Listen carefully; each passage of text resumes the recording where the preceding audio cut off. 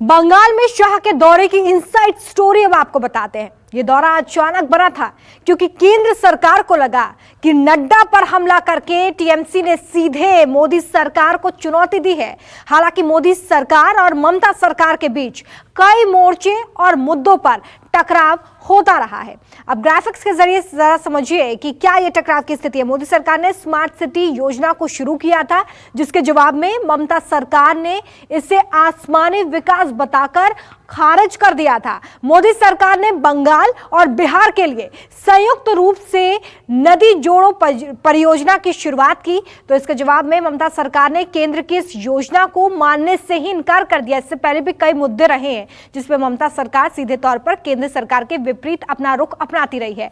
मोदी सरकार ने पीएम ग्राम सड़क योजना शुरू की, तो ममता सरकार ने उसका नाम बदल दिया और इसे बंगलार ग्राम सड़क योजना कर दिया। सीधे सीधे नाम बदलने की कोशिश यहां पर हुई। मोदी सरकार ने डेटा शेयरिंग प्लान बनाकर राज्यों से अहम जानकारियां लेकर विकास की योजनाएं बनाने की रणनीति शुरू की, तो ममता सरकार ने बंगाल का डेटा शेयर करने से इनकार कर दिया कि वो डेटा शेयर नहीं करेंगे ताकि इस योजना को आगे ना बढ़ाया जा सके।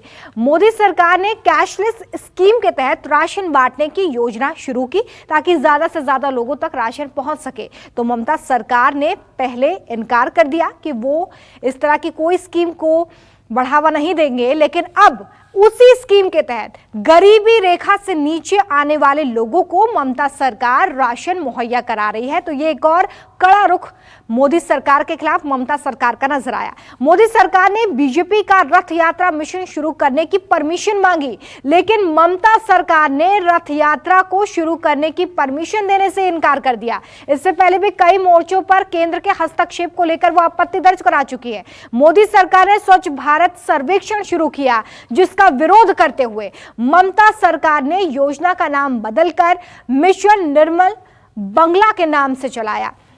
मोदी सरकार ने कॉमन इंजीनियरिंग एंट्रेंस को लेकर एक ही प्लेटफॉर्म पर आकर संयुक्त रूप से परीक्षा की योजना पर काम शुरू किया, तो ममता सरकार ने इसे राज्य के अधिकारों में दखल बताकर खारिज कर दिया। तो ये वो तमाम मुद्दे हैं जिन पर मोदी सरकार और ममता सरकार हमेशा से आमने सामने रही हैं। एक बार फिर से लौटते हैं बंगाल के मिदनापुर अध्याय में बगावत की ओर। दरअसल टीएमसी में कई स्तर पर नेताओं की बगावत बढ़ती जा रही है।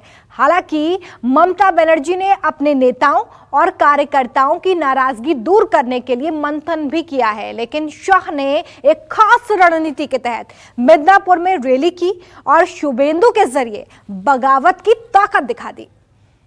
भारत माता के जय श्री राम, नरेंद्र मोदी जिंदाबाद, भारत माता के। टीएमसी के कर्पूर्वी मिदनापुर से गृह मंत्री शाह के बंगाल दौरे की शुरुआत के सियासी मायने बहुत अहम है। भारत माता के, अमित शाह जी जिंदाबाद। दरअसल 10 दिसंबर को बीजेपी अध्यक्ष नड्डा के काफिले पर हमला हुआ। टीएमसी यूथ के कार्यकर्ताओं ने जब हमला किया तो शाह ने ममता पर पलटवार किया। जवाब में ममता ने इस पूरी घटना को बीजेपी का चुनावी स्टंट करार दिया।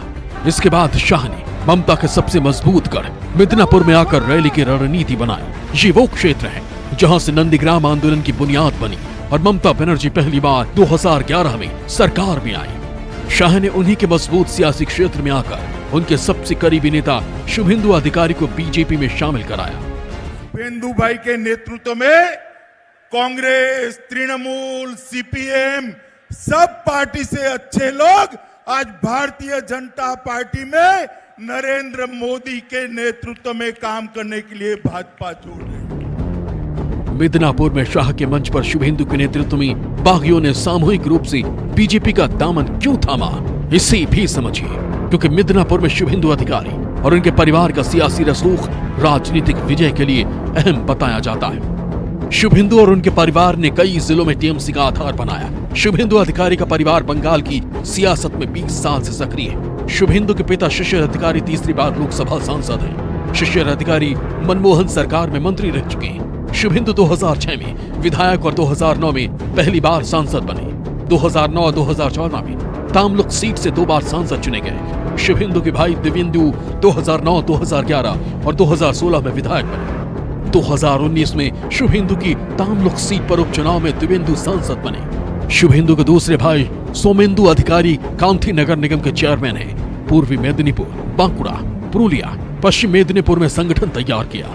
शुभेंदु के प्रभाव वाले करीब 6 जिलों में 65 विधानसभा सीटें आती हैं। शुभेंदु और उनका परिवार 20 से 30 सीटों पर जीत और तय करता है। अपने प्रभाव वाले जिलों में अधिकारी परिवार की मजबूत छवि है। शुभेंदु और अधिकारी परिवार 65 सीटों पर ममता के भरोसे नहीं है। शुभेंदु के टीएमसी छोड़ने से ममता को 2 मोर्चों पर एक साथ नुकसान। शुभेंदु के प्रभाव वाली सीटों के कई नेता एक साथ टीएमसी छोड़ सकते हैं। शुभेंदु के असर वाली 65 सीटों पर टीएमसी को अपनों से ही चुनौती मिलेगी। शुभेंदु अधिकारी को जंगल महल रीजन और मिदनापुर समेत आसपास के 6 जिलों में सिर्फ एक विधायक या टीएमसी नेता नहीं बल्कि ममता का रणनीतिकार माना जाता है। शाह के मंच पर पहुंचे शुभेंदु अधिकारी ने ममता पर हमला बोला। उन्होंने संकल्प किया कि अब मिदनापुर समेत पूरे बंगाल में टीएमसी पार्टी के खिलाफ प्रचार अभियान शुरू करेंगे ताकि टीएमसी पार्टी के खत्म होने वाले लोकतंत्र का असली तस्वीर जनता के सामने दिखा सके। हालांकि उनके इस मिशन आसान नहीं होगा क्योंकि उनके प्रभाव वाले क्षेत्र में ही टीएमसी पार्टी से उन्हें चुनौती मिल रही है। नमस्कार, मैं हूं मानक गुप्ता। अगर आपको हमारा ये वीडियो पसंद आया हो तो इसे लाइक और शेयर जरूर करें और हाँ, हमें सब्सक्राइब और फॉलो करना ना भूलें ताकि आप देश और दुनिया की कोई खबर मिस ना करें। तो जुड़े रहिए हमारे साथ और देखते रहिए न्यूज़ 24।